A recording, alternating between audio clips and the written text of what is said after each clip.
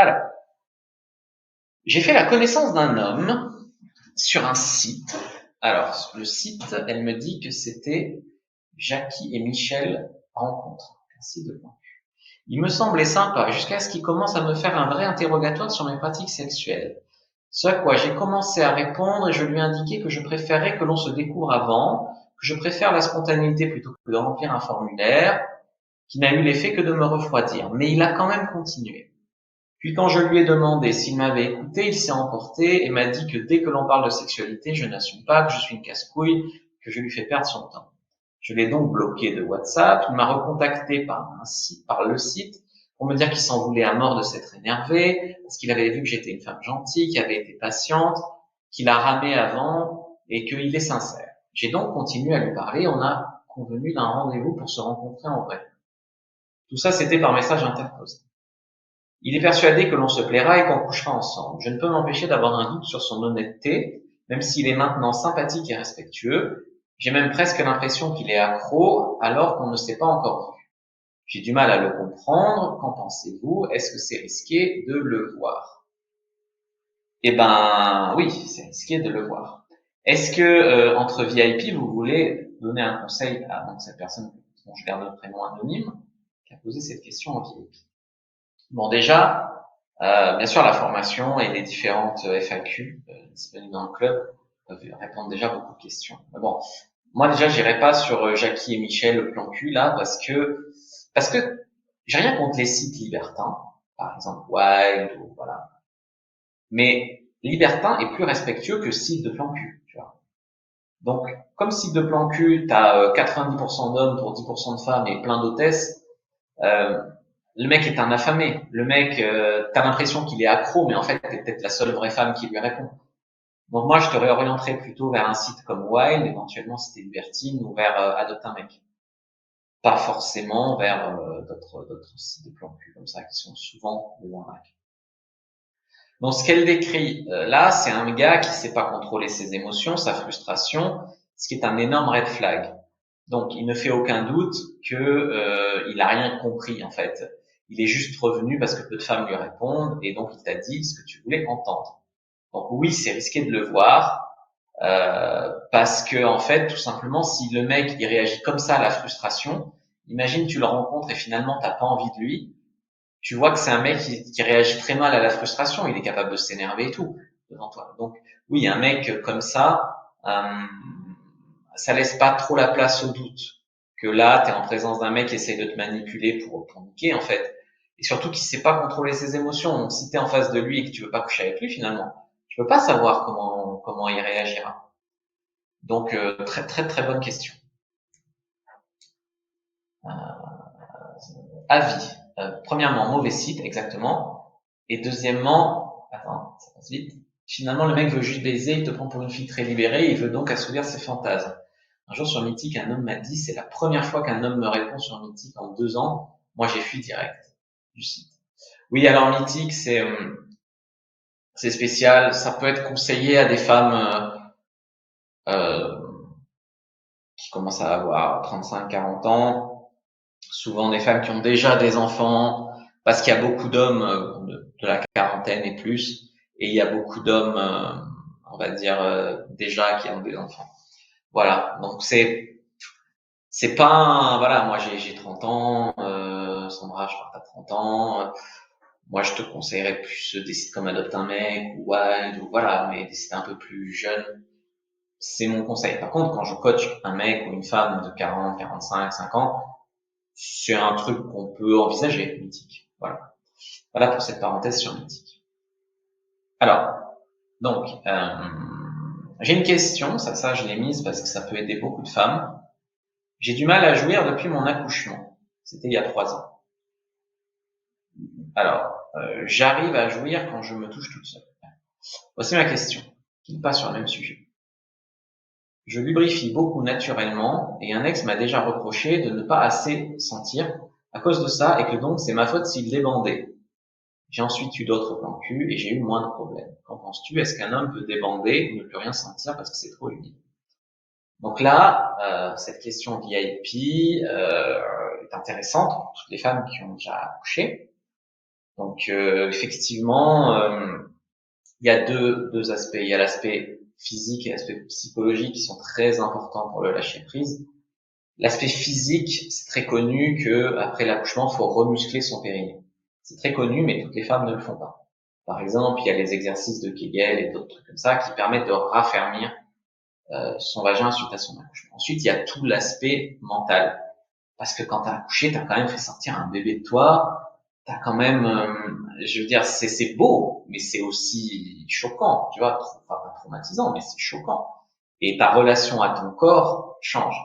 Donc, par exemple, tu peux avoir, surtout si c'était plus avec le papa, tu peux avoir des problèmes à retrouver la confiance dans l'homme, la confiance dans l'autre, la peur de retomber enceinte, etc. Alors c'est très bien de jouir toute seule, parce qu'il y a des femmes qui ne jouissent pas avec quelqu'un, mais parce qu'elles savent pas jouir.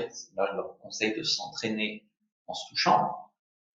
Est-ce que tu as essayé, par exemple, par exemple, pendant la pénétration avec un homme, par exemple, tu montes dessus, tu as la sensation de pénétration et tu te caresses le clitoris, par exemple, en même temps, et tu te fais jouir sur lui, quoi.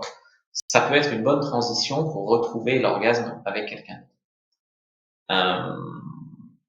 Concernant le fait de la mouille, je pense pas que le fait de beaucoup mouiller soit un souci pour beaucoup d'hommes. Dans la plupart du temps, le souci, c'est quand c'est trop sec. Au contraire, on est flatté que tu mouilles beaucoup, etc. Moi, je pense que le mec, il avait du mal à bander et il rejetait la faute sur toi. Et voilà, pour se dédouaner, quoi. Voilà, c'est tout. À mon avis, voilà la réponse à cette question. Donc, on continue les questions VIP. Pas d'autres questions sur le chat, cool. Alors,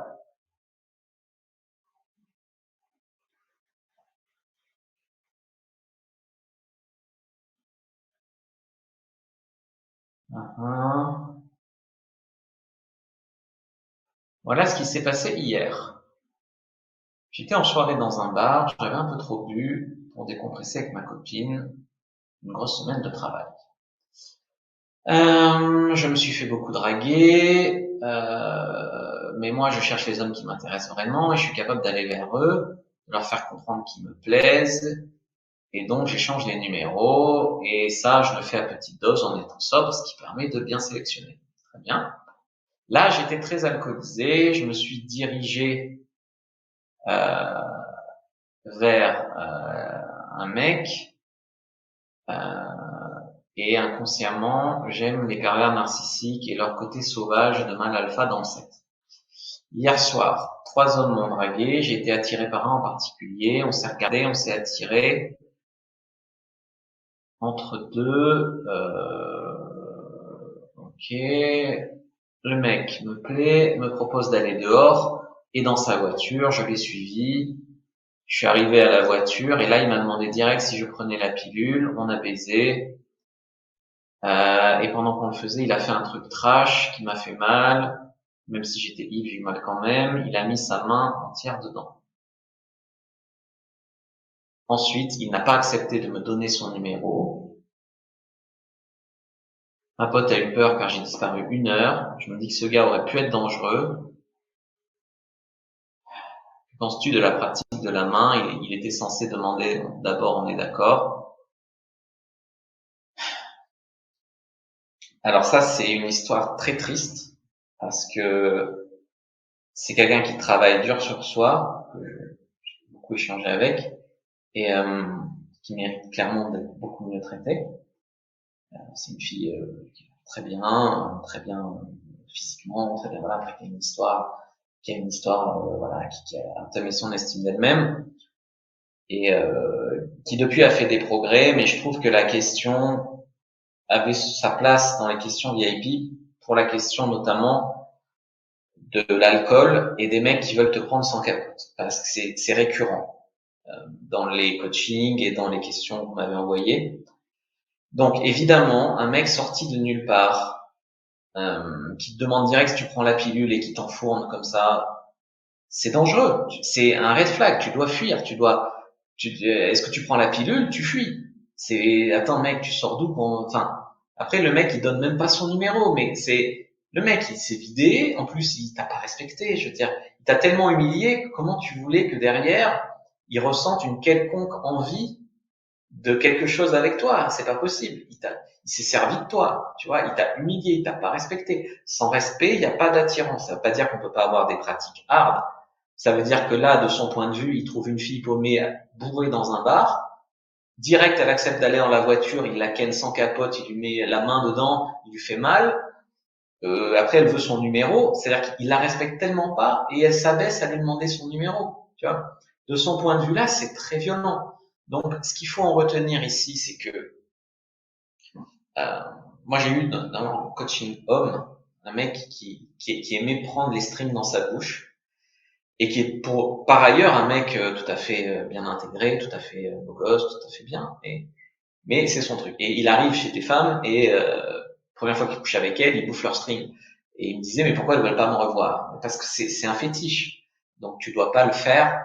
euh, Tu dois pas le faire, on va dire, avant d'avoir montré assez ta normalité par ailleurs. Donc si t'arrives direct, vous faites connaissance, tu lui bouffes le string, bon, ça va pas. Là c'est pareil, vous sortez de nulle part, vous vous connaissez pas, il t'enfourne une main entière, c'est un fétiche, ça va pas, c'est un tordu ce mec, voilà. Euh, alors c'est difficile quand on travaille sur soi, quand on est dans une phase de transition, quand on est entre deux, et surtout quand on a des problèmes d'estime de soi, de rester cohérente quand on boit. Il ne faut pas boire, parce que si tu as des tendances à l'autodestruction, des tendances à te perdre, à faire n'importe quoi. En fait, tu sais, je t'ai expliqué, c'est souvent l'inconscient qui prend le dessus. Et quand tu bois, tu as les barrières conscientes qui diminuent, l'inhibition qui diminue, et je veux dire, si tu as tendance à l'autodestruction, tu fonces. Donc, très attention à l'alcool. D'ailleurs, je pense qu'une femme qui travaille sur elle, qui veut être saine, qui veut se respecter, je comprends pas cette mode où on te dit c'est trop cool d'aller en boîte tous les week-ends 2 fois et se bourrer la gueule tous les week-ends. Tu peux pas conjuguer ça et une vie saine, tu vois. Donc on a réussi dans la société à faire passer que prendre des drogues, boire, se bourrer la gueule, se coucher tout le temps à n'importe quelle heure, c'était cool. Mais le jour où tu rencontreras un mec sain, équilibré, machin, il trouvera pas ça cool. Il va me dire, je veux un fêtard. Si tu veux un fêtard, tu vas avoir un mec, ça va aller avec. Il va fumer, il va boire, il va picoler, il va peut-être se droguer, il y aura des problèmes de sommeil. Voilà. Donc, ça mène, on va dire, il y a des gens bien sûr, dans les bars, en boîte, il y a des gens bien, ça existe. Moi-même, j'ai écumé les bars d'Aix-en-Provence et de Lyon pendant très longtemps. Tu peux toujours tomber, bien sûr, sur des gens bien, mais c'est quand même un prêtris à tomber sur des gens paumés ou alcooliques qui ont des problèmes. Combien de fois je suis tombé sur des nanas alcooliques dans des bars? Donc ça prêtriait le fait que j'allais pas sortir avec elles, tu vois. Donc ouais, c'est compliqué. Pas forcément, faut pas draguer que dans les bars, quoi. Voilà. Euh, donc ça, c'était quand même important. Après, elle m'a posé une question sur les clubs libertins. Est-ce que c'est pas mieux de faire des rencontres dans des clubs libertins? Si, c'est mieux, parce qu'il y a un peu plus de respect. Maintenant, c'est vrai qu'il y a aussi des crevards qui croient que toutes les femmes sont des putes sur les sites libertins et dans les clubs libertins. Il n'y a pas que des mecs sains non plus. Faut pas croire que, faut pas croire que parce que c'est un site libertin, tout le monde est bien intentionné. Non, ça va pas. Mais en travaillant sur toi, en vibrant mieux et tout ça, tu vas être moins dans des histoires comme ça. Euh, et c'est vrai que j'ai été ce gars-là où tu dragues une nana, elle te dit, moi je trouve une folle, je fais des trucs extrêmes sexuellement, nana. Bien sûr, tu lui dis ça me dérange pas parce que tu veux la ken. Mais une fois que t'en es là à te dire, est-ce que je me mets en couple avec elle, ça rentre en ligne de compte. Oui, je me fais prendre par des inconnus sans capote. Oui, je me fais fister par des inconnus. Est-ce que tu veux que la mère de ton gosse et que voilà, ta future femme, voilà, elle est ce passif-là, ça rentre en ligne de compte. Après, je te dis ça, moi j'avais envisagé d'être avec une femme qui était dans une secte, qui avait eu 150 partenaires, parce qu'elle avait énormément de beauté, de qualité à côté, et d'autres trucs. Mais je peux pas te dire que c'est des points positifs. En fait, les mecs, si tu as vécu ça, il faut pas leur raconter, quoi. C'est bien, ça te fait l'expérience, à la limite, t'en es pas mort, tout le monde, voilà. Mais, ne, voilà, moi, je t'encourage pas dans cette voie, et voilà. Et ne dis pas aux autres gars que tu en vois d'autres. Voilà, ça aussi, c'est important. Et tu peux essayer les clubs libertins ou les sites libertins en étant conscient qu'il n'y a pas non plus que des gens bien fait la psychologie masculine. Ils croient que c'est du sexe facile. Ils sont tous là. Ils vont te dire oui, oui, je suis libertin. En fait, ils sont pas plus respectueux que les autres. Donc oui, des vrais libertins, c'est bien, mais des faux libertins, ça fait mal, c'est hypocrite, c'est moche. Voilà. Je fais une thérapie avec un psychanalyste. Je conseille pas trop la psychanalyse, parce que par définition, ça n'a jamais soigné personne, c'est juste faire une psychanalyse. Plutôt psychothérapie ou psychiatrie serait serait plus plus constructif. Mais voilà, quand tu veux être une personne saine et équilibrée qui aspire à rencontrer quelqu'un de sain et équilibré, se bourrer la gueule, prendre des drogues, voilà, c'est pas, encore une fois, j'insiste là-dessus, l'alcool, c'est l'anesthésie des gens qui vont pas bien. On arrive à te faire croire dans la société que c'est cool de boire, que c'est cool tout ça, parce qu'on te le met dans des séries télé, parce que voilà. Et la plupart des gens, ils vont pas bien dans la vie, c'est ça la vérité. Et c'est pas cool, enfin, tu vois, c'est comme, ouais, je bois du poison, c'est cool, non? Tu vois? Donc voilà. Mais ça, c'est une certaine travail sur soi. Je veux dire, c'est des conneries de gamin. Moi, aussi, j'ai picolé quand j'étais jeune, quand j'étais étudiant. Mais quand tu grandis et que t'atteins un certain âge, il y a un moment où ça doit s'allumer, quoi, dans la tête que c'est des conneries de gamin, quoi. Voilà, tout simplement. Ou de personnes qui vont pas bien. Je veux dire, alcoolique, c'est une maladie. Alors la conclusion, c'est pas de stopper les rencontres, stopper l'alcool, oui. Euh, Stopper les rencontres ou un verre quoi, mais pas de là te mettre comme ça quoi. Et stopper les rencontres, non. Il faut faire des rencontres tout en se respectant et en gardant le contrôle de toi, voilà, tout simplement. Voilà.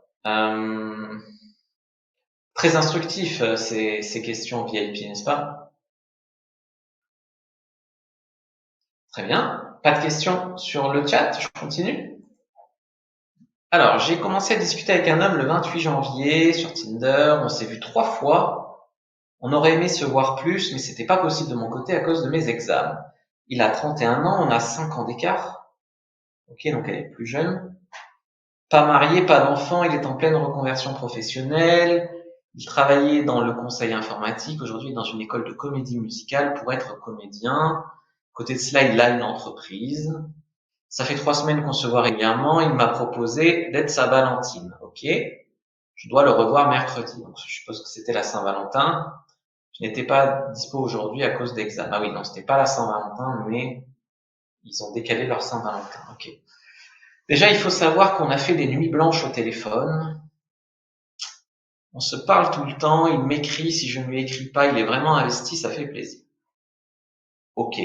Alors moi, les nuits blanches au téléphone, j'encourage pas parce que il vaut mieux en garder pour plus tard, tu vois, surtout en début de relation.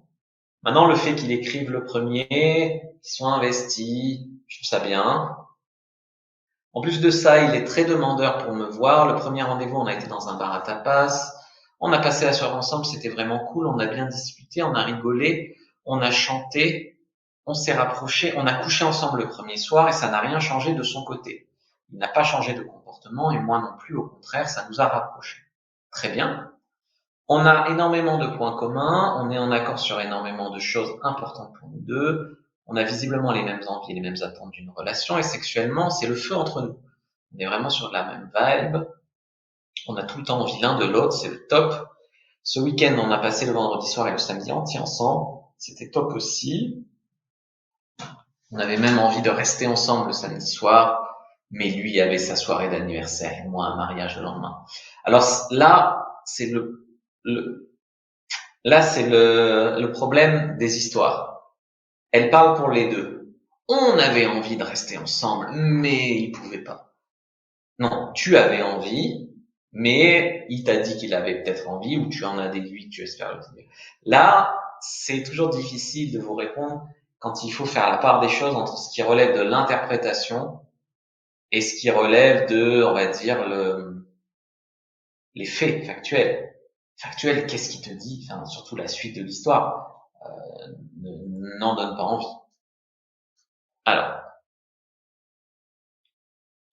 Sur le papier, c'est top, c'est une histoire qui roule plutôt bien pour le moment. En plus, j'apprends à le découvrir et en plus, je me sens bien avec lui, j'avais envie de plus.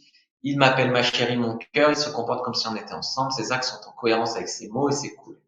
Ce qui me chagrine un peu, c'est qu'on ne s'est pas compris sur un certain point. D'accord. Comme il me plaît et qu'il montre des signes d'intérêt, j'ai commencé à introduire petit à petit la question de l'exclusivité sexuelle. Car clairement, pour le coup, ça me saoulerait d'apprendre qu'il voit d'autres nanas.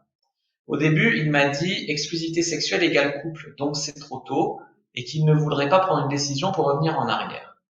Ok, j'accepte, car c'est vrai qu'on se connaît pas plus que ça.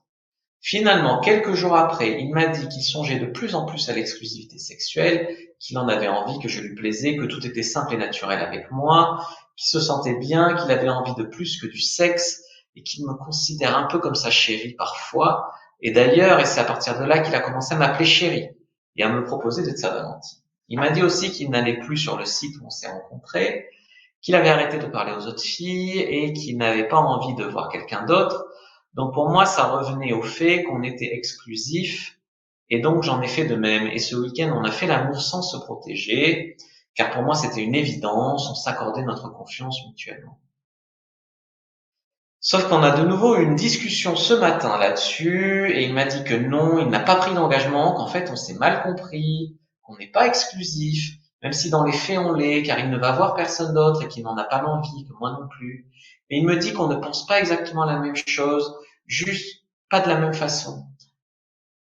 Que pour lui l'exclusivité sexuelle égale couple et que plutôt que de se promettre un engagement d'exclusivité, il serait plus à préférer de se mettre en couple, que pour lui ça n'a pas de sens de se promettre l'exclusivité sans être en couple, mais qu'il songe à se mettre en couple avec moi. Je ne sais pas du tout comment le prendre, j'ai l'impression qu'il ne veut pas prendre d'engagement, même sur le fait de ne pas aller voir ailleurs. Alors, je ne sais pas si c'est moi qui vois le mal partout à me dire que je sens arriver le je ne t'avais rien promis. Si j'apprends qu'il a couché avec une autre, que dois-je faire? Est-ce que je me prends trop la tête ou ai-je raison de m'alerter? À savoir que je suis de nature à laisser passer pas mal de choses et vraiment je n'ai plus envie de faire des erreurs. J'ai du mal à placer le curseur. Je ne veux pas lui mettre la pression, mais je ne veux pas non plus qu'il joue avec moi. J'ai envie de lui laisser le bénéfice du doute, mais prendre mes distances, car je me dis que là, il a tous les avantages, mais en même temps, ça ne fait que 3 semaines qu'on se connaît, donc c'est peut-être aussi trop tôt pour lui demander un tel engagement. J'ai juste envie d'éviter de me retrouver dans la situation où s'il a une occasion, il part voir ailleurs, qu'il me dit je t'avais rien promis, car dans les faits, il ne m'a rien promis. J'essaie de détailler au maximum, n'hésite pas si tu as besoin de plus d'infos. Et merci par avance pour le temps que tu m'accorderas. C'est normal, j'accorde toujours tout le temps nécessaire pour vous inscrire au club VIP. Alors, qu'est-ce que vous conseilleriez à donc cette personne dont je garde aussi l'anonymat? Est-ce que sur le chat, vous avez peut-être envie de lui conseiller quelque chose? Moi, il y a un truc que je dis souvent, c'est quand c'est flou, il y a un loup. D'accord?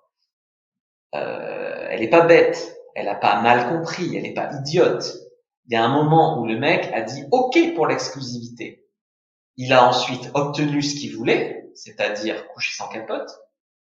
Et ensuite, il a dit, ah, au fait, l'exclusivité, non, c'est mal compris, j'ai jamais dit ça, c'est trop tôt. Donc, en fait, il a abusé d'elle quelque part. Bon, je veux pas dire c'est pas un viol, mais il a menti pour avoir ce qu'il veut et après il est revenu sur ce qu'il a dit. Et il évoque le on s'est mal compris, qui est un grand classique masculin, qui est ah bon, t'avais compris ça? Non, c'est pas vraiment ce que j'ai dit. Hein. C'est pas sain, c'est pas sain. Au mieux, il a joué sur les mots. Au pire, c'est un manipulateur. Mais là, on n'est pas sur quelque chose de sain. Alors effectivement, on n'est pas sur un mec sain. Maintenant, je trouve que elle n'a pas respecté non plus la demande d'exclusivité. La demande d'exclusivité, dans la semaine 8 du club, on parle de comment transitionner vers le couple. Et il y a une phrase qui est en fait, il faut pas supprimer des éléments. Par exemple, hey, il faut qu'on parle d'un truc, mais t'inquiète, rien de grave. Donc c'est pas bon, faut qu'on parle, tu vois.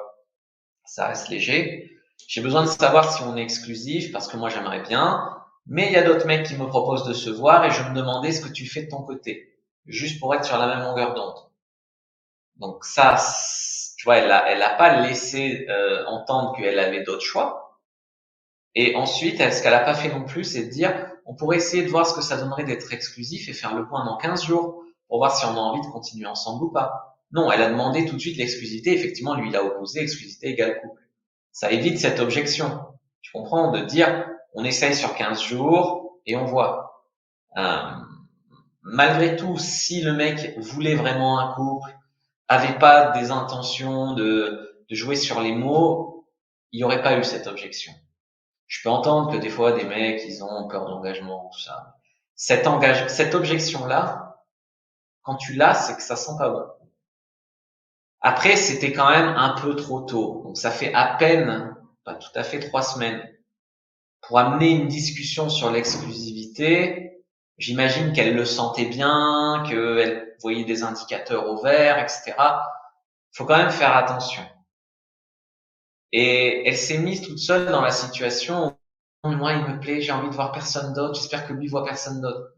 Non, c'est trop tôt. Rien ne l'oblige, elle, à ne pas voir d'autres garçons à partir du moment où il a répondu ça. Tu vois ce que je veux dire? De même, on revient sur un problème, c'est trop sacré. Faire l'amour sans capote, c'est pour les mecs avec qui vous êtes, c'est pour les mecs pour qui vous avez un minimum de quelque chose. Enfin, c'est un sacré honneur. Enfin, je sais bien que c'est meilleur pour vous aussi, mais avoir accès à votre intimité sans capote, c'est encore le stade du dessus du mec que tu vois une fois et que tu baises avec une capote. Ne gâchez pas ça. Ne gâchez pas ça. Ton mari, il va dire les autres, ils ont baisé un bout de plastique. Moi, je te baise vraiment toi. Là, vous bradez votre intimité avec des connards. Je suis désolé.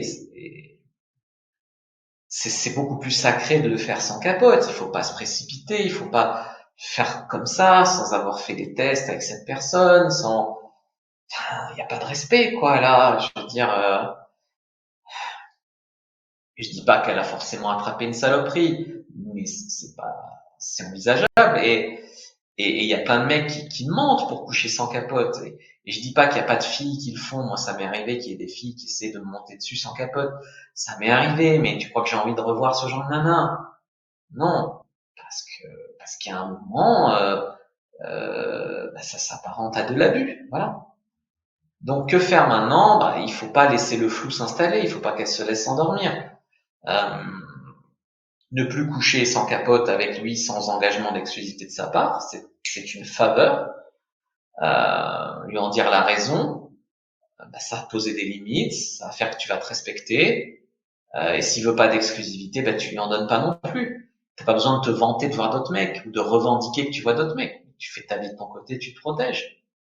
Bien sûr, tu peux le voir pour la Saint-Valentin si tu as toujours envie de le voir. Mais je pense le faire, encore une fois, comme si ce sujet n'existait pas ou ça t'avait pas posé problème. Ça t'a posé problème au point de venir solliciter ton coach préféré. Tu peux pas, devant lui, faire comme si c'était pas un problème. Donc là, clairement, il y a un cumul d'erreurs. Il y a demande d'exclusivité trop tôt, il y a baiser sans capote, sans certitude sur ce mec, qui fait qu'elle se retrouve beaucoup plus engagée que lui par rapport à lui, carrément en demande, et à son bon vouloir, elle est soumise, tu vois là. Donc c'est vrai qu'elle n'est pas en droit d'exiger quoi que ce soit de lui, mais elle n'est pas non plus obligée de subir une situation comme ça. Donc là, faut bien jouer pour poser des limites et bon, s'il faut prendre de la distance, je sais pas. Si elle arrive à demander clairement avec une communication claire ce qu'elle veut et que là la réponse ne la satisfait pas, oui, il faut mettre de la distance. Si elle décide de mettre de la distance jusqu'à ce que le mec comprenne de lui-même pourquoi elle a mis de la distance, sans justifier pourquoi tu t'éloignes, ça sert à rien. Ça sert à rien, tu n'obtiendras rien. Donc oui, et puis rediscuter avec d'autres mecs pour t'éviter de trop t'attacher. Parce que malgré tout, l'attitude, elle est pas cohérente là. Bon, heureusement, cette personne est très jeune encore, elle a 30 ans, je dis pas son âge, mais entre 25 et 30, c'est très très jeune encore. Il y a le temps de faire des expériences, il y a le temps de trouver l'amour, il y a le temps de faire d'autres erreurs aussi, donc il y a pas de quoi s'inquiéter. Alors elle me répond, oui, effectivement, c'est un peu flou. C'est souvent les reproches, c'est le mec qui parle beaucoup, mais dans les actes il se passe rien. À l'inverse, avec lui, c'est l'inverse. J'ai pu discuter avec lui ensuite. Il m'a dit qu'il connaît ce statut d'exclusivité, que c'est un peu avoir le cul entre deux chaises, que c'est un bon compromis quand on a peur de l'engagement, mais qu'avec moi, il n'avait pas du tout peur de l'engagement, car tout est fluide, simple et qu'on passe des bons moments et qu'il n'a pas besoin de jouer un rôle. Il m'a dit qu'il songeait de plus en plus à se mettre en couple avec moi, que dans les faits, même si on s'impose pas un statut d'exclusivité, on n'a pas envie d'aller voir ailleurs et on se comporte comme un couple. C'est vrai que dans les faits, on se comporte comme un couple, c'est pas du tout une galère pour le joindre ou pour le voir. C'est même lui qui propose à chaque fois, donc il y songe, mais en même temps, il trouve que c'est trop tôt. Ce que je peux comprendre pour le coup, je partage le même avis aussi. Pour ça que l'exclusivité, effectivement, était pour moi un bon compromis, le temps de voir si on est vraiment compatible au-delà des bons moments. Passer des bons moments, c'est le minimum, mais c'est pas ça qui fait qu'on a envie de continuer ensemble, c'est pas suffisant. Tout ça est venu en parlant de nos expériences. Je lui ai dit que j'avais déjà plus donné suite à un homme car j'avais appris qu'il jouait sur plusieurs tableaux, puis on est passé à autre chose et c'est lui qui est revenu dessus. Peut-être qu'il a joué sur les mots en effet pour que j'accepte de le faire sans capote. J'ai relu les messages, je l'ai fait relire à une amie, elle a clairement compris la même chose que moi, qu'il était ok pour l'exclusivité, j'ai vraiment pas apprécié qu'il revienne dessus du coup. Sinon j'ai prévu d'aller faire les tests, oui mais ça, les tests faut les faire avec lui. Et ce week-end on va avoir une discussion là-dessus, j'ai pas forcément envie de continuer à le faire sans, dans ces conditions. Sur toutes les expériences que j'ai eues, il y en a un bon paquet, je l'ai fait qu'avec 3 personnes sans et c'était la 4e personne. Autant coucher, je m'en fiche un peu, car si ça colle, tant mieux, sinon tant pis. Mais le faire sans capote, pour moi, c'est très symbolique, au-delà des MST et tout. C'est vraiment que je donne du crédit et de la confiance à la personne, qu'elle compte. Je suis d'accord avec toi. Et là, même si j'ai envie de lui faire confiance, le fait qu'il revienne comme ça sur ses paroles, ça me fout un peu le doute. Je vais faire comme tu as dit, ça me semble la meilleure stratégie. Pour l'exclusivité, on en a reparlé le 15. Ce que je retiens, c'est qu'il n'y a pas d'engagement, c'est tout. Le reste n'a aucune valeur, exactement. Me connaissant, je vais avoir du mal à jouer sur plusieurs tableaux, même si du coup j'en meurs d'envie par ego. C'est pas par ego, c'est pour toi. Après, honnêtement, si j'apprends qu'il joue sur plusieurs tableaux, je mettrai fin à nos rendez-vous, d'autant plus que je ne me considère pas comme attaché. Ah bon, t'es à ses pieds. Je l'apprécie beaucoup, mais je n'ai pas de sentiments et ça ne sera jamais le cas tant qu'il n'aura pas pris d'engagement. Ça, c'est le cérébral qui te fait dire ça, mais par définition, le cérébral et l'émotionnel, c'est pas la même chose. Bref, pour l'instant, je laisse le bénéfice du doute tout en restant sur mes gardes. Je vais lui laisser encore un peu de temps, mais fin mars, ça fera 2 mois. Et s'il est toujours pas décidé, je prendrai la décision de ne plus le voir. Fin mars, on y arrive au moment de ce live. Si tu sais mettre en commentaire, du coup, ce qu'il en est, du coup. J'estime qu'en 2 mois, on a une idée de ce que l'on souhaite. Donc, s'il n'y a pas d'engagement, pour moi, ça sera juste qu'il ne veut pas aller plus loin. Sinon, ce sera tant pis pour lui. Ouais. Moi, je suis perplexe parce que ça fait tourner en rond. Il faudrait plus de clarté. Voilà. C'est le flou qui me plaît pas. Je pense que l'erreur, d'un côté, bien sûr, ça a été de précipiter le fait qu'on se retrouve dans cette situation. Et qu'à ce stade, bah, malheureusement, maintenant, ça passe ou ça casse. Ça peut pas rester le cul entre deux chaises comme ça, tout à fait. Euh, maintenant, c'est vrai que pour jouer le tout pour le tout et s'être mis n'importe comment dans cette situation, maintenant, ça sert à rien de parler exclusivité. Maintenant, il faut parler couple. Mais c'est pas ce que j'aurais conseillé si on avait suivi la méthode. Voilà. Moi, j'ai peur qu'il la laisse espérer. Ouais, peut-être plus tard on sera un couple pour profiter d'elle et après plus rien. C'est un truc que je vois venir assez gros. Concernant le fait qu'il parle pas mais il y a que des actes, bah en fait, si le mec te dit je t'aime et que derrière il se comporte comme un sgeg, on va pas tenir compte de ce qu'il dit, mais de ses actions. Si le mec dit je veux pas être en couple avec toi mais qu'il se comporte bien avec toi, ça veut pas dire qu'il veut être en couple avec toi. Euh, faut entendre ce qu'il dit et pas revenir sur ses actions, tout réinterpréter par rapport à ce que toi tu veux. C'est l'espoir qui te fait dire ça. Tu vois. Concernant les tests, le degré de fiabilité, je crois que c'est 5 semaines de mémoire. Donc, et puis de toute manière, tu peux ne rien avoir chopé là, recoucher avec lui sans capote et choper la fois d'après. Il faut que les deux fassent les tests. Moi, je pense que la position d'un mec qui tient à toi et tout ça, c'est que vous devriez faire les tests ensemble pour enlever la capote. Il est ni responsable, ni investi, le mec, là. C'est pas bon signe. C'est pas tout à fait mort, cette histoire, à ce stade. Mais il faut arrêter de se laisser enfumer. Il faut de la clarté. Donc franchement, reste prudente. Moi, je le sens pas. Et même s'il y a aucun élément qui permet de dire franchement, on dégage ce bâtard, ça souffle dangereusement le bien et le mal, le chaud et le froid. Et clairement, je pense pas qu'il fasse ça comme une technique de séduction. C'est juste un mec, malheureusement, qui gagne du temps. Voilà, qui gagne du temps. Sandra dit, il lui met un peu trop la pression, le mec va avoir peur. Demander la capote et voir au jour le jour. Oui, je suis d'accord avec cette analyse. Mais la pression, il faut la mettre si t'es avec un mec depuis 3 mois et que tu sais toujours pas ce que t'es. Il y a un moment où t'es en droit de mettre un peu la pression. Là, c'est prématuré. Là, c'est pas adapté. Alors, on va répondre donc question VIP numéro 5. Si vous avez des questions sur le chat ou des conseils à donner, bien évidemment, je suis là pour vous servir. Alors ça fait déjà une bonne heure qu'on est ensemble, on va prolonger encore un tout petit peu. Je suis là pour vous, hein, profitez-en pendant plus d'une heure du coup aujourd'hui. Alors, depuis mes 18 ans, j'étais 30 ans en couple avec un pervers narcissique qui était commercial. Ah non, d'accord. 18 ans. J'ai 30 ans. J'étais en couple avec un pervers narcissique commercial. Je l'ai quitté, c'était un échec. La relation était toxique et passionnelle à la fois. Ça s'est gangréné avec les années. Ce qui m'a attiré le plus chez lui, c'est qu'il était fun et marrant et qu'on était très complices. Mais à la fin, j'étais étouffé, je n'avais plus de liberté, plus d'intimité. Ce qui m'a interpellé, c'est qu'il me plaisait pas du tout physiquement. Je n'ai jamais eu d'attirance physique sexuelle. Les moments d'intimité étaient bien pourtant. Mais du coup, je n'étais pas entreprenante et je ne m'intéressais pas au sexe plus que ça dans la séduction avec lui. Alors, maintenant, j'ai 30 ans, rencontre via Adopte un mec.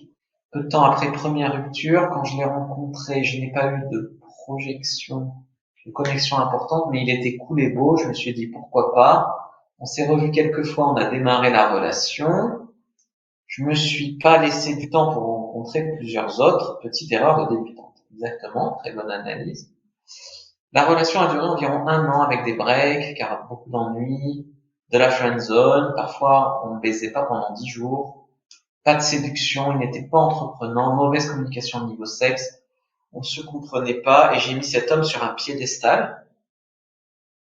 Déception, j'ai rompu. C'était un mec bien ingénieur, commercial, 35 ans, vie bien rangée, bienveillant. En même temps, quelques red flags m'ont interpellé, donc j'ai préféré stopper. Quelques jugements de sa part, il mettait ses ex sur un piédestal encore. Il vantait très souvent ses proches, ses amis, sa vie et lui. J'avais toujours l'impression qu'il recherchait une validation.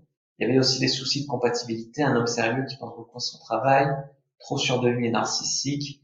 Il voulait que je me calque sur son modèle. Notre relation ne ressemblait pas assez à une relation de couple, peu d'intimité, peu d'expériences sympas dans tous les domaines. Je marchais souvent sur des œufs. Alors quand on n'est pas soi-même dans le couple, c'est un signe. Tu peux dire que c'est de ta faute si t'es pas toi-même, mais tu peux dire aussi que c'est sa faute car il te laisse pas la place d'être toi-même. Quand on parlait, il avait tendance à me reprendre. Ah ouais, il était éduqué, quoi. Donc, je me sentais pas moi-même. Également, je pense que nous n'étions pas dans le bon timing. Il voulait qu'on se fasse une famille, pendant que moi, je venais de demander le divorce. D'accord? Donc, c'est suite au divorce. Donc, difficile pour moi de me reprojeter dans une vie de couple posé ou de famille. Dans mon inconscient, couple, famille posée était égal à ennui et prison. Donc là, il y a de la croyance aussi à changer. Peur de l'engagement, j'ai rompu après plusieurs breaks initiés de son côté et de mon côté. Ok, bon, je pense que t'as rien perdu. Entre les breaks et aujourd'hui, des rencontres, un peu d'amusement. Je sais que j'évite les hommes qui recherchent la construction vie de famille, car ce n'est pas le bon moment pour moi. J'aime les sportifs comme moi, qui ont des passions un peu communes. Je suis un peu attiré du coup par les hommes plus jeunes. Ah d'accord. Ou ceux qui sont dans la même situation. Passé, relation longue et plus envie de se prendre la tête. D'accord. J'ai eu l'occasion d'aborder des hommes dans des bars sans problème, je les ai revus, mais pour la plupart du temps, je n'ai pas donné suite. Aujourd'hui, j'aimerais trouver celui qui sort un peu du lot et qui aurait les mêmes envies que moi, je comprends.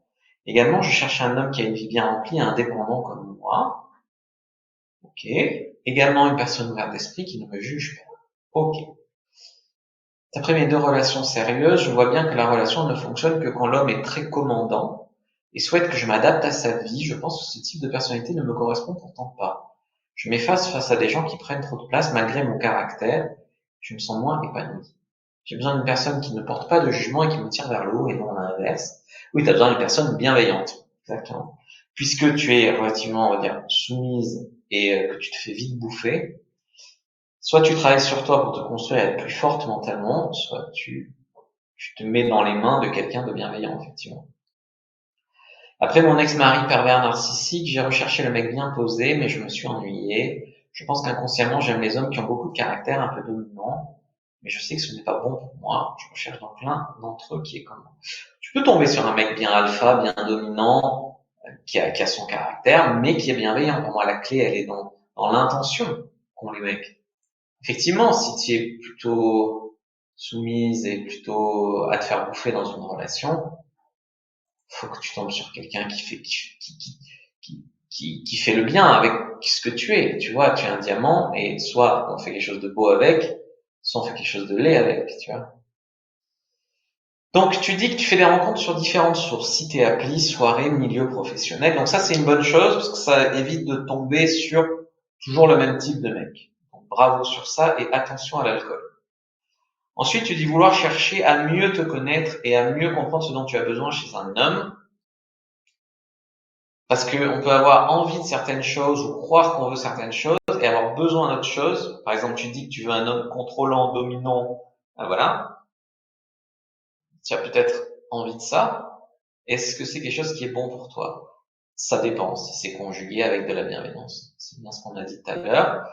Je pense que la semaine 3 de la formation va beaucoup t'aider, ou t'a déjà aidé puisque tu es inscrit depuis plus longtemps que ça. Donc je pense qu'il y a toute une période de... Parce qu'il y a des fois des gens qui me disent ouais, je sors d'une relation difficile, je rejoindrai le club quand j'irai mieux. Le club aide à la construction et reconstruction. Dans les premières semaines, on travaille bien dessus. Donc c'est centré sur des exercices qui permettent de définir qui tu es, ce que tu recherches, tes croyances, euh, et ce que tu dois plus tolérer. Et donc ça, c'est à faire hyper sérieusement. Donc, cette fille, elle a beaucoup d'atouts pour plaire aux hommes, ça c'est clair, donc ça va beaucoup l'aider. Mais malheureusement, quand tu as beaucoup d'atouts pour plaire aux hommes, du coup, tu es obligé de faire un tri drastique, quoi. Moi, j'ai l'impression qu'elle arrive à bien poser les problèmes, bien faire le diagnostic, ça c'est bien, mais pas à trouver les solutions. Par exemple, tu dis, tu écoutes la raison et non ton intuition, et que donc tu es resté en couple avec un pervers narcissique qui t'a étouffé dans une relation contrôlante parce que tu étais marié et avais un enfant avec lui. La raison, ça aurait été de repérer les red flags et tout en amont, avant d'acheter avec lui et avant de faire un enfant avec lui. Tu vois, comme quoi la formation, si les gens les font avant de faire les conneries, c'est beaucoup plus facile de sauver sa vie. Les gens ils disent ouais, ça vaut pas 50 € par mois. Quand t'as acheté avec un connard, fait un gosse avec un connard, machin, si ça vaut pas 50 €, c'est votre problème, tu vois.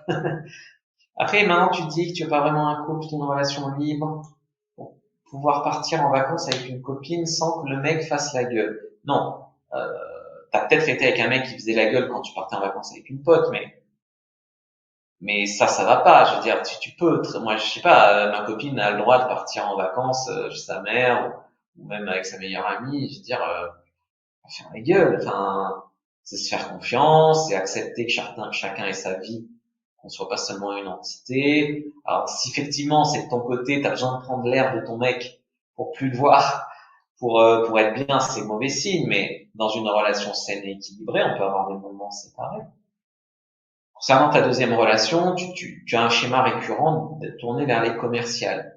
Les commerciales, ça sonne faux, c'est manipulateur, c'est connu. C'est un nid, tu vois, il y a un biais de sélection.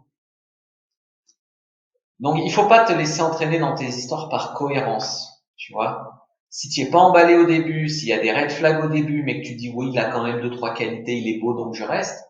Non, tu te brades, c'est pas possible. Je te dis pas d'être super exigeante, machin, mais je te dis que quand tu le sens pas, aie assez confiance en toi pour te dire que tu trouveras des mecs avec qui tu vas le sentir, que t'as pas à faire marcher des trucs, quoi qu'il en coûte, parce que t'as peur de pas trouver quelqu'un avec qui ça va marcher. Au contraire, plus tu vivras des relations de merde, plus tu seras bousillé et moins tu trouveras des gens équilibrés avec qui avoir une relation saine. Parce que tu vas intégrer des mauvais modèles de relation. Bon, ça, il faut y mettre fin en amont, quoi.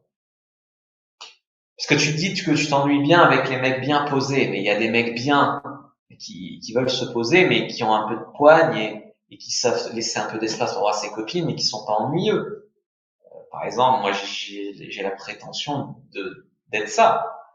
Et en fait, dans ta tête, tu penses que pervers manipulateur égale fun.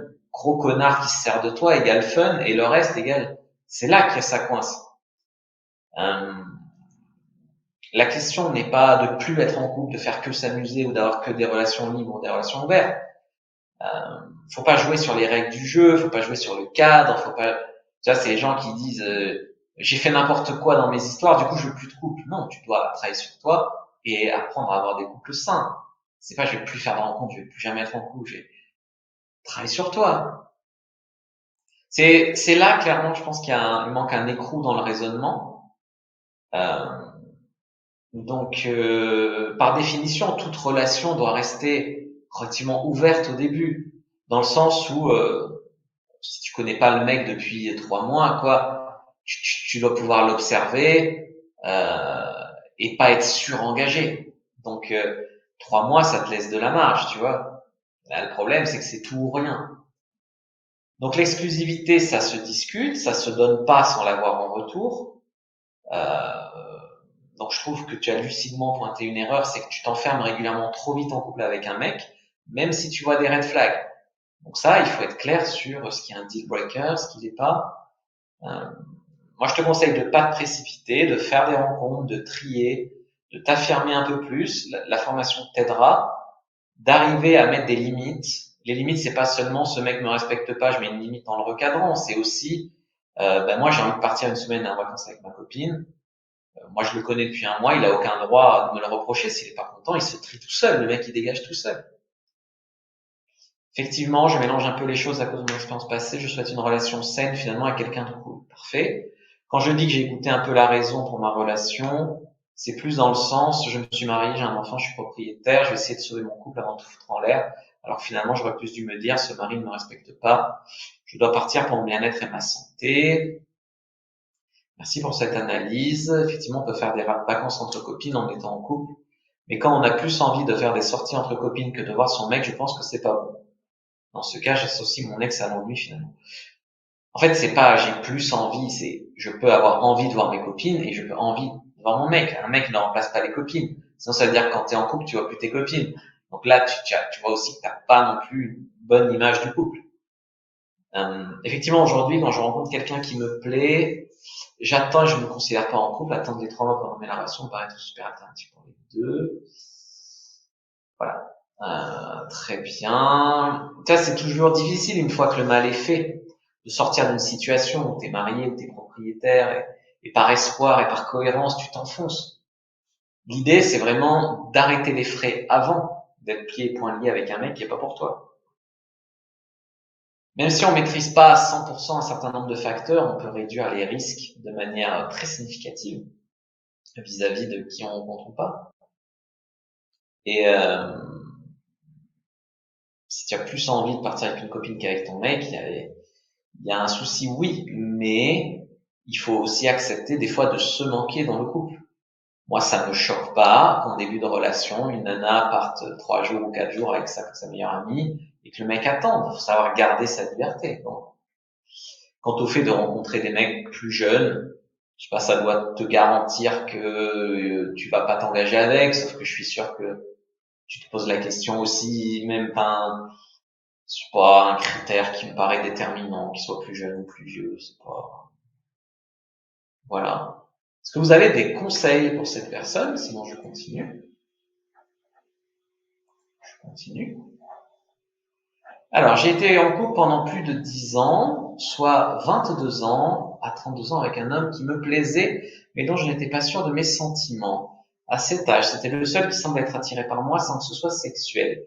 Mes copines avaient des garçons qui, limite, voulaient déjà se mettre en couple, et moi, je n'attirais les hommes qui ne cherchaient que du sexe. Je n'ai jamais compris pourquoi. C'est une question à laquelle on pourra répondre. À côté, il y a eu des histoires de violence verbale, d'insultes, t'es qu'une merde, t'arriveras jamais à rien, t'es une folle, t'es comme ta mère, t'es feignante. Des crises sous fond d'alcool, de son côté, des dettes de jeu. Pour lui, il avait des addictions qui nous a fait sombrer. Nous avons 2 enfants, 6 ou 7 ans. J'ai fait une reconversion professionnelle à la naissance de deuxième. J'ai donc eu un concours qui m'a permis de rentrer dans la fonction publique et d'avoir la sécurité de l'emploi. Je ne voulais pas partir dans une situation précaire avec 2 enfants. L'été, lors d'un barbecue chez sa famille, à 1h15 de notre maison d'époque, l'été 2020, il y a eu une embrouille où il m'a mis à la porte de chez ses parents. Il m'a dit de dégager car j'ai osé dire à son frère que son entreprise nous avait mis dans les dettes à cause d'un client qui n'avait pas payé et qui nous avait causé des ennuis. Je suis rentré bredouille avec mes 2 enfants, le ventre vide. On a mangé un McDo au chemin. Mon avis sur le McDo n'est pas brillant, mais bon. J'ai eu mon premier poste à 100 km de chez moi. J'ai dû prendre un appartement dans l'établissement où je travaillais. Mon service, je le faisais 2 jours par semaine. Je dormais plus avec mon mari. Et 2 jours par semaine, j'étais dans cette ville loin de ma famille. J'ai alors eu un coup de cœur pour un collègue que je croisais dès la rentrée de septembre 2020. Il y a eu des jeux de regard sans qu'aucun de nous n'ose vraiment. Les rencontres sur le travail, c'est à double tranchant. C'est à partir de là que j'ai commencé à m'intéresser à tes vidéos, Fabrice Julien, sur les sites d'intérêt et tout ça. J'ai revu ma vision de la sexualité et qu'après tout, ce n'était pas sale en soi d'avoir éventuellement un plan cul ou autre. Je ne savais pas ce que je voulais, j'étais en transition entre une cohabitation avec mon ex-mari et cet homme qui me troublait. Je me disais qu'à chaque période de vacances, je l'oublierais, que c'est passager, que c'est une crise de folie car je suis en séparation, en manque d'affection. Courant décembre, je me dis que si je ne couche pas avec lui, au moins avant la fin de l'année, je le regretterai, car on ne se verrait plus et sûrement que j'aurais loupé quelque chose. On s'est retrouvés à faire court dans la même salle en face, l'un de l'autre, donc on commençait à se parler un peu plus. Il est plus jeune que moi de 4 ans, décidément. Ça m'avait un peu rebuté et il est sans enfant, rien qui ne correspondait à ce que je voulais vraiment. Ouais, après, c'est vrai qu'on sélectionne pas des gens sur des critères en amont. Je veux qu'il soit ci, je veux qu'il soit ça, je veux qu'il ait tel âge. Il faut être un minimum ouverte à la rencontre, même si tu dois savoir ce qui te fait fuir. Bon, là, jusque-là, bon, j'ai rien à redire. À une soirée chez une collègue, on n'était que 4, dont lui, j'avais hésité à venir car il était là et lui pareil, il devait pas venir car il était fatigué. Je rappelle que c'était la période des couvre-feux à partir de 18h. On a pas mal bu de fil en aiguille, on s'est rapprochés. Au final, je l'attirais aussi. J'ai ramené un collègue chez lui et lui et moi, on passons à passer la nuit ensemble. Il était apparemment en couple avec une fille, enfin d'après ce que j'ai pu comprendre, et c'était très récent. Donc je me suis dit que j'allais griller ma place. C'est cru de penser comme ça, mais après tout, j'étais sur le coup depuis septembre et je ne l'ai pas forcé. D'accord? Ça fait long déjà, hein, mais bon. Le lendemain, il m'a proposé le petit déjeuner, de me doucher chez lui. Je suis reparti sans son numéro de téléphone. Je t'ai dit qu'après tout, ça reste que du sexe, on se reverra et on se parlera normalement. 2 jours après, il a récupéré mon numéro de téléphone. On s'est échangé des messages. Au début, on ne se donnait pas de nouvelles tous les jours, mais tous les 2-3 jours. En février 2021. Puis, courant février, il ne supportait plus cette ambiguïté. Il a voulu qu'on soit un couple. Il trouvait que je me comportais avec lui comme si on était amis, alors qu'on couchait ensemble. Au final, après discussion, il n'avait pas vraiment de petit ami, mais un rencard qu'il avait décalé plusieurs fois car il n'était pas motivé à y aller. Et après notre première nuit ensemble, il avait tout stoppé. C'est pour la notion d'exclusivité sexuelle. Et moi, une semaine après, j'ai quitté le domicile conjugal pour retourner chez mes parents pour cohabiter avec mon ex. Voilà pour les débuts de relation. On se voit depuis qu'on est ensemble une semaine durant les vacances scolaires. L'autre semaine, c'est pour mes filles et moi. Il n'a jamais vu rencontrer mes filles. Ça fait 1 an qu'on est ensemble. On est à distance car mon lieu de travail actuel est à 60 km du sien. On se voit une fois par semaine. Ça veut dire que les week-ends, qu'on ne se voit plus. On se voit le jeudi après-midi car il est libre pour nous deux. Dans le fond, je pense qu'on pourrait se voir plus. C'est un indépendant. Et quand vous commencez à qualifier les mecs d'indépendants et de leur trouver des excuses, ça m'allume une petite lumière dans mon cerveau. Il n'a jamais eu de relation qui aurait duré plus d'1 an. En général, c'est lui qui partait dans ses relations. Il ne supporte pas les crises, les cris, les embrouilles. On a des désaccords, mais pas de grands cris. J'avoue que ça me change de mon ancienne relation. Après, je le trouve jeune, car on est différents dans notre parcours amoureux. J'ai eu une relation de 10 ans avec des enfants, et lui que des petites relations. On s'est présenté aucun ami, on a des collègues en commun, donc parfois on va au bar les voir. Il faut dire que mes amis ne sont pas du même département, et les siens ne le sont pas aussi. Il a déjà parlé de moi à certains de ses amis apparemment, on s'entraide pour le travail, on s'envoie des messages ou des vocaux tous les jours, mais on s'appelle rarement. Je n'aime pas trop le téléphone, surtout quand ça dure 1 heure, je le prends pour une perte de temps. On n'est pas photo non plus, on a dû faire qu'une photo de nous deux cet été. À côté, il a des problèmes de sommeil, donc on ne dort pas dans la même chambre, ça me gonfle ça, mais lui, il dort très mal quand il dort avec moi. Il a des troubles de fatigue et ça joue sur sa libido, parfois ça le fait douter de moi, car je me dis que c'est parce que je dois pas l'attirer tant que ça, d'accord, donc il bande pas non plus, il te dit que c'est parce qu'il est fatigué. Il a fait des efforts au niveau de la tendresse, pour lui faire le repas, le ménage est une manière de montrer son attachement pour moi. Il ne promet rien, ça me change du mec précédent, ou s'il promet, il tient des paroles. Pour lui, les actes valent mieux que les paroles. Parfois, je me demande s'il a honte d'être avec moi, car j'ai déjà des enfants et c'est ce qui doit empêcher que notre relation avance. Il m'a déjà dit sur le coup que si j'ai du temps pour lui, ça ne le dérangeait pas, mais que voilà, avoir eu des enfants montre que j'ai eu une vie avant. Il n'a pas compris que malgré mon couple défaillant, j'ai fait des enfants, c'est sûrement la logique binaire masculine. D'un côté, j'ai envie que ça avance et d'un autre côté, cette relation m'a convenu car j'ai pu me retrouver seul, me reconstruire, savoir ce que j'aimais vraiment, revivre seul, même si pendant ma vie d'avant, j'étais souvent seul. Je rigole, mais c'est pas drôle. Maintenant, je sais pas aborder l'évolution de la relation, mais mes filles sont dans ma vie, mon ex que je dois côtoyer pour mes filles, les modalités du divorce, je ne peux pas couler une dalle dans mon jardin. J'ai envie que ça évolue sans forcément parler d'emménagement. J'aimerais que ça se fasse petit à petit et que ça s'officialise plus. En avril, on doit partir une semaine ensemble en vacances, ce qui peut être un révélateur intéressant. Pour le faire bouger, c'est parfois compliqué. J'avais déjà proposé si je faisais un repas avec mes amis à mon appartement, savoir s'il viendrait. Il m'a dit que ça dépendait s'il allait voir sa famille ou pas. Il retourne dans sa famille toutes les 2-3 semaines. Je me demande s'il assume pas vraiment la relation. Pour le côté installé avec des enfants, soit qu'il est bien avec moi, mais pas au point de construire. Je ne le vois pas endosser le rôle de beau-père, en fait. Je le trouve jeune. Après, s'il est prêt, c'est à lui de le montrer, je pense. Ce week-end, c'est mon anniversaire. Je verrai ce qu'il a prévu pour nous deux. Week-end sans mes filles. Waouh. Waouh, waouh. Ça, c'est un message avec des détails. Donc ça, c'est positif, carrément positif, les détails. Maintenant, ça va pas. Ça va pas. Moi, ce qui m'alerte, c'est déjà quand elle parle de son ex. Donc pendant 10 ans, avec qui elle a fait sa vie, des enfants, une maison, malgré tous les red flags, alcool, dette, violence verbale, il t'humilie et il te fout dehors devant tes enfants, ça craint un max. Bon, ce qui est fait, malheureusement, encore une fois, j'aimerais bien que vous fassiez pas ça, maintenant si c'est fait, faut en tirer des leçons. Tu vois, moi je parle souvent des red flags dans mes cours, dans mes vidéos, dans ma formation en ligne. Pour cette raison exactement, on ignore les red flags, on construit sur des trucs en espérant que ça se passe pas la gueule, ça se casse la gueule, tout s'écroule et on est pieds et poings liés avec un énorme connard. Et après ça empire et s'en sortir est très difficile. Là, elle est liée à vie avec ce mec, ne serait-ce que pour les enfants. Moi, je lui conseille de garder les relations cordiales, mais vraiment limitées au maximum. Faut pas non plus se pourrir devant les enfants, faut rester correct, mais quand même rester ferme sur son respect, ses limites, etc. Ne pas accepter, par exemple, qu'il leur parle mal de toi, et toi ne pas leur parler mal de parler mal de lui. Concernant le mec, là, j'imagine que c'est un prof que tu as rencontré.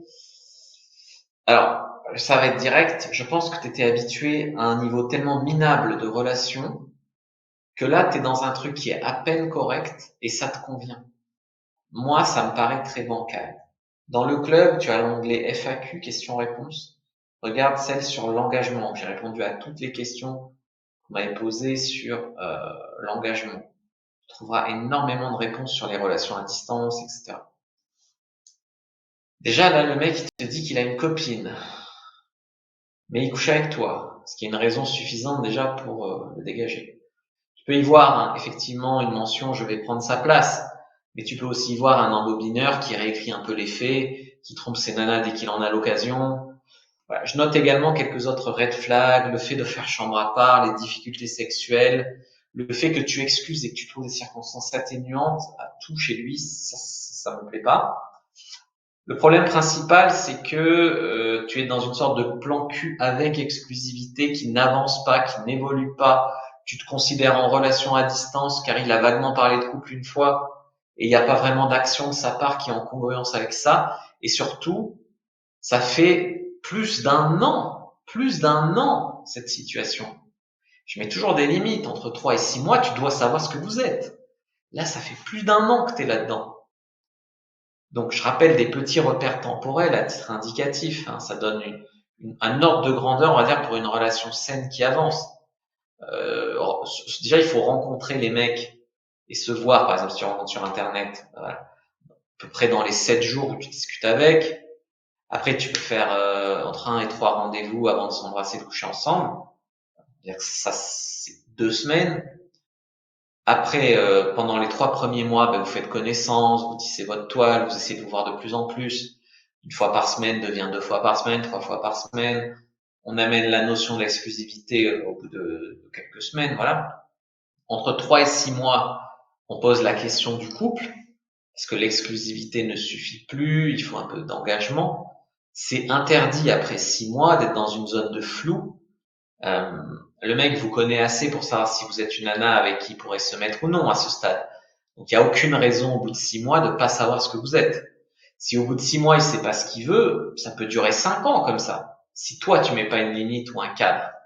En conclusion, toi tu es avec, tu supportes cette relation qui va à son rythme à lui depuis à peu près 7 mois de trop. Tu vois. Il y a un moment où ça passe ou ça casse, mais au moins on est fixé. S'il veut te garder, il faut des signes que ça avance. Une relation qui n'avance pas recule, ça c'est clé. Maintenant, si le mec se considère en couple, comme tu l'as dit brièvement à un moment qui t'a dit qu'il se considérait en couple, alors il faut qu'il se comporte en congruence. Au bout de plus d'un an, il est censé savoir s'il veut rencontrer tes enfants, s'il veut partir en voyage avec toi, ce qui peut être une bonne idée, est-ce que vous avez parlé de projets d'avenir, de vos valeurs communes, etc.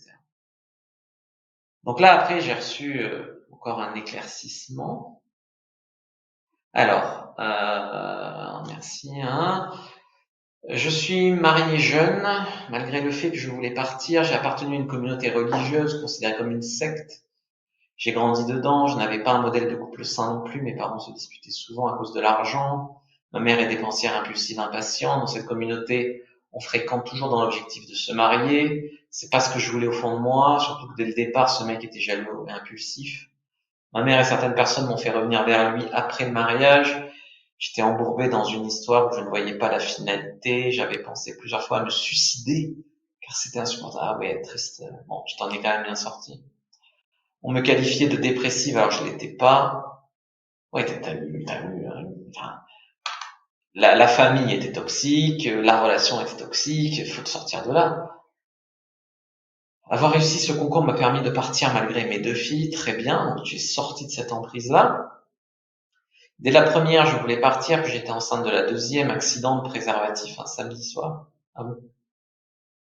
Je n'ai pas été chez le pharmacien prendre la pilule du lendemain, ayant fait plusieurs fausses couches, je ne pensais pas qu'elle aurait tenu, c'est d'une tristesse.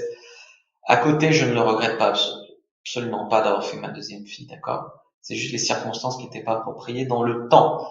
Durant cette période, j'ai lu beaucoup, j'ai fait beaucoup de développement personnel, des thérapies, j'ai travaillé sur moi, ça n'avançait pas. Il fallait que je me sépare. Dès que j'ai eu ma stabilité financière, j'ai pu partir. Très bien. C'est ça le côté indépendante d'une femme, tu vois aussi. Avant de coucher avec mon collègue, j'avais pour optique de profiter de mon célibat, me reconstruire. Je voulais pas forcément une relation au départ avec lui.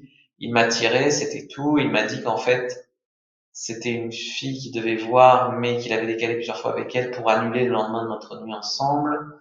Et une amie ensemble, une amie commune, une collègue avait dit qu'il avait rompu les liens directs après, sans que je n'ai eu à poser de questions. Après tout, dans le fond, il peut raconter ce qu'il veut. Je n'avais pas cherché à vérifier. Je calais entre son emploi du temps de rencontre et il n'avait pas le temps de caler une autre relation, du moins chez lui. Les hommes peuvent être très inventifs. Moi, ça m'est arrivé de voir 2 filles le même jour, hein. Mais bon, admettons.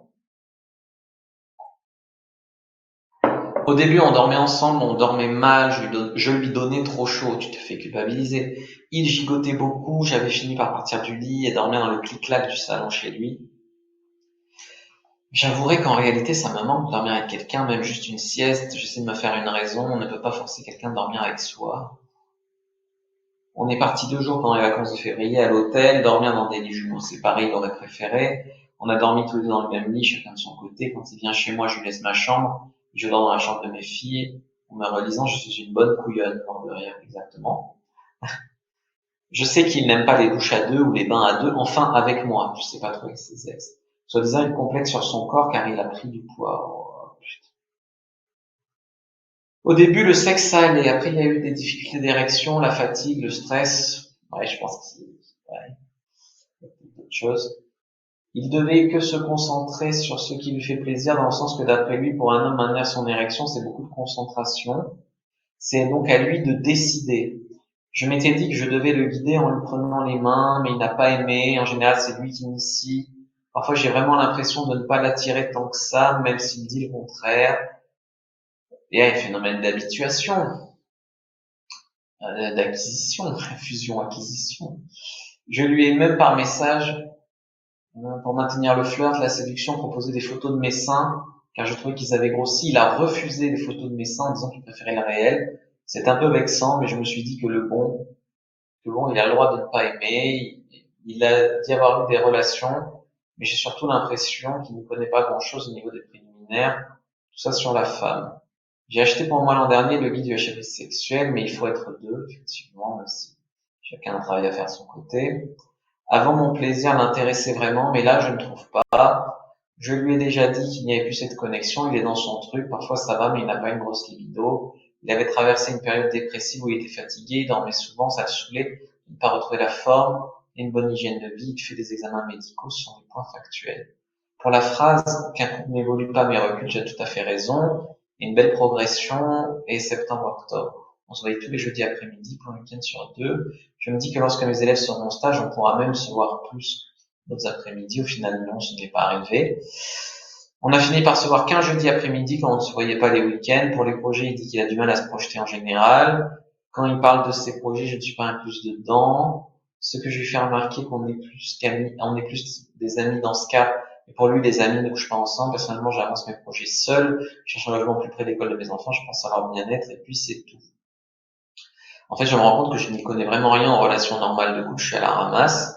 Je ne sais même pas ce qui est normal, ce qui l'est pas. J'ai toujours appris à occulter mes plaisirs, désirs, pour ne pas être qualifiée de princesse capricieuse. Sûrement. Je ne devais pas me plaindre et je n'ai grandi qu'entouré de garçons, donc on se forge en tant que tel. J'ai aussi le syndrome de l'imposteur. Je suis neuroatypique. Je ne sais pas si cela joue beaucoup. D'après mes lectures, oui. J'ai été testé par un neuropsychiatre qui, hormis le compte rendu sur un bout de papier, ne m'a apporté aucune piste et 500 € en moins, car je l'embêtais avec mes questions. Oh, putain. J'ai cru comprendre que tu avais aussi été testé et de ce fait, voir cela comme une étiquette à la mode, moi je le vis comme une tare. Et oui. Le problème, c'est qu'il y a beaucoup de gens qui disent je pense trop, j'en souffre, mais ils sont bêtes. Et il y a des gens qui sont vraiment neuroatypiques, et dans ce cas-là, ils sont pas adaptés à la société dans laquelle ils vivent. Ils en souffrent, effectivement. J'ai écrit plusieurs lettres pour lui donner envie et voir plus clair, mais je ne les ai jamais envoyées. Je ne sais pas quoi lui dire, comment lui dire, le moment de lui dire, comment aborder mes sentiments, les questions à poser. Je note tout sur un carnet pour voir l'évolution de la relation et ne pas oublier, car dans mon ancienne relation, j'oubliais les disputes et les signes de violence. Après, ma perception de la réalité a été biaisée. Il n'est pas un mauvais garçon, je pense que c'est de ma faute. Comment on arrive à cette conclusion? En regardant tes vidéos, les fois précédentes, je les regarde plusieurs fois, même plusieurs mois après.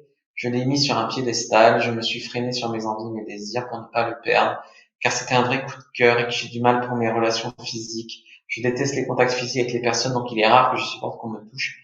Ça m'effraie et me dégoûte. Il y a beaucoup, de matière.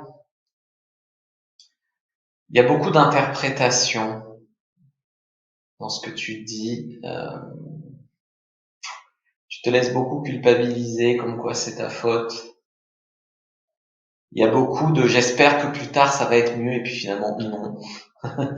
Euh, de l'espoir déçu plutôt.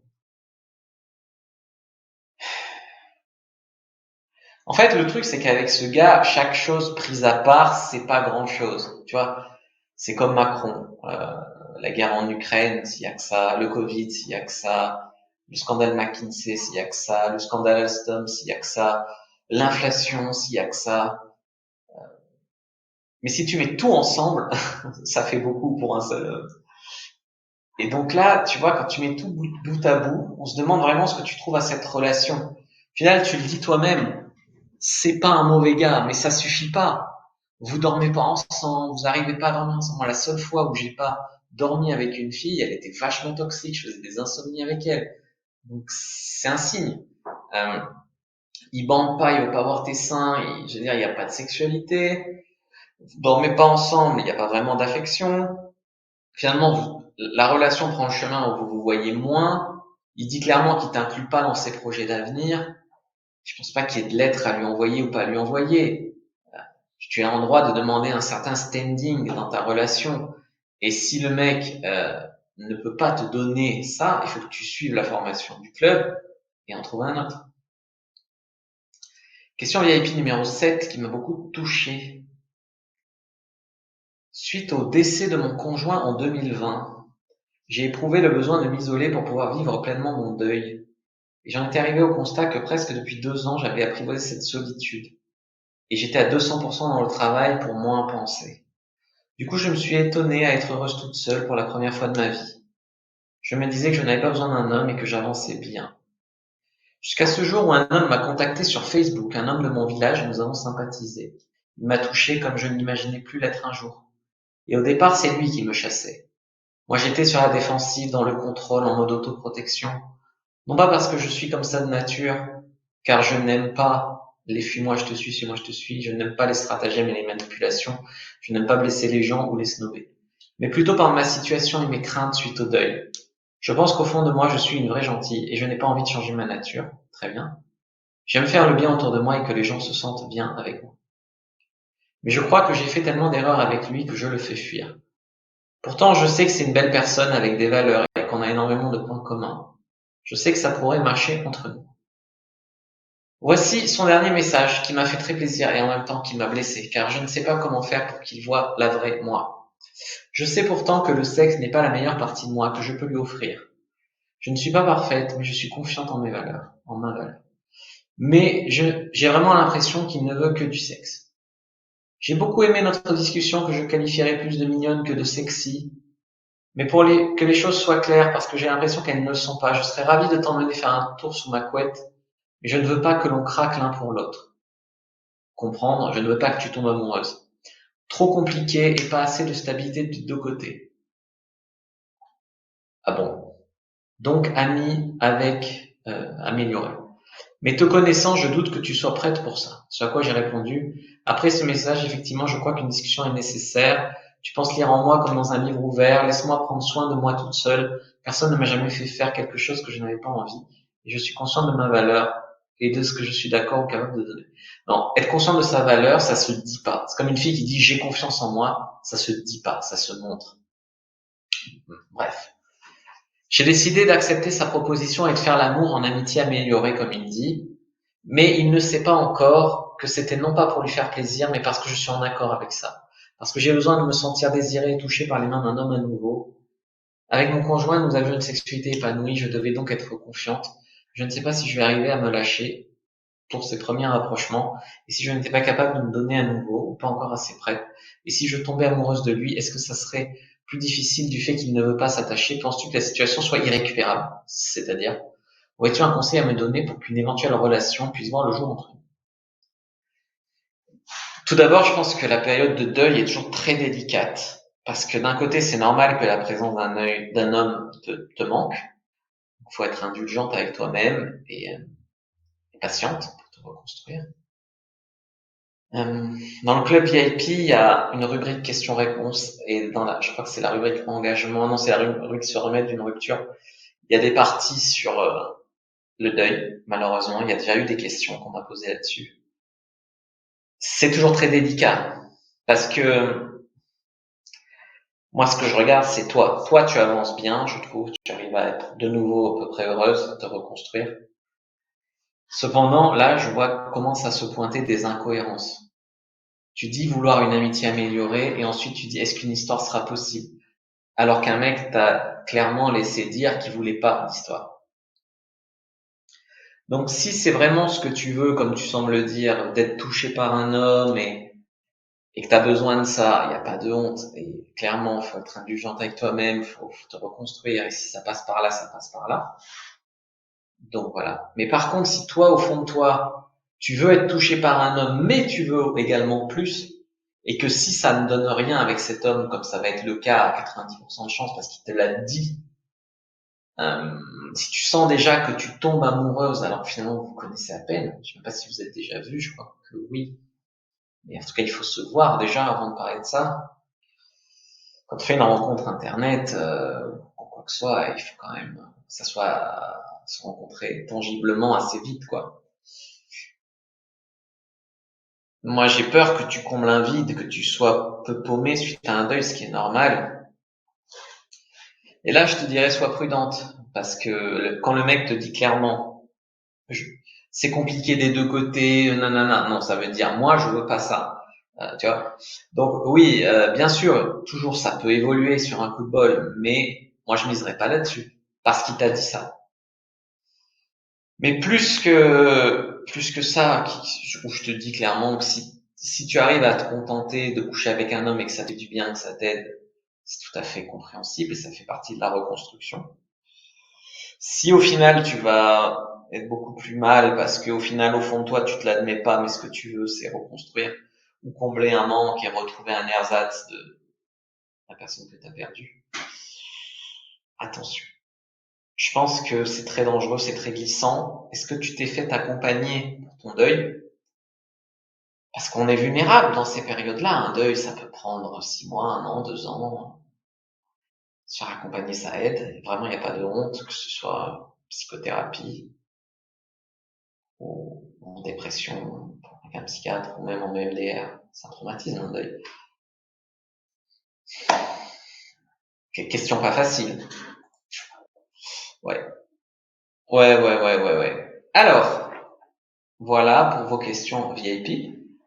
J'espère que vous avez kiffé. Moi, j'ai kiffé. Je vais faire un petit décompte. Si vous avez une dernière question à me poser sur le chat. 4, 3, 2, 1. Bien. Eh ben, c'était un plaisir. Ce petit rendez-vous de plus d'1 heure ensemble. Réservé pour interagir avec toutes les membres du club VIP. Réservé à toutes les questions que vous m'avez posées en privé ou sur le forum si vous êtes membre du club VIP. Donc, vraiment un plaisir de vous servir. Je vous dis à bientôt et que le dieu de la séduction soit avec vous, les amis.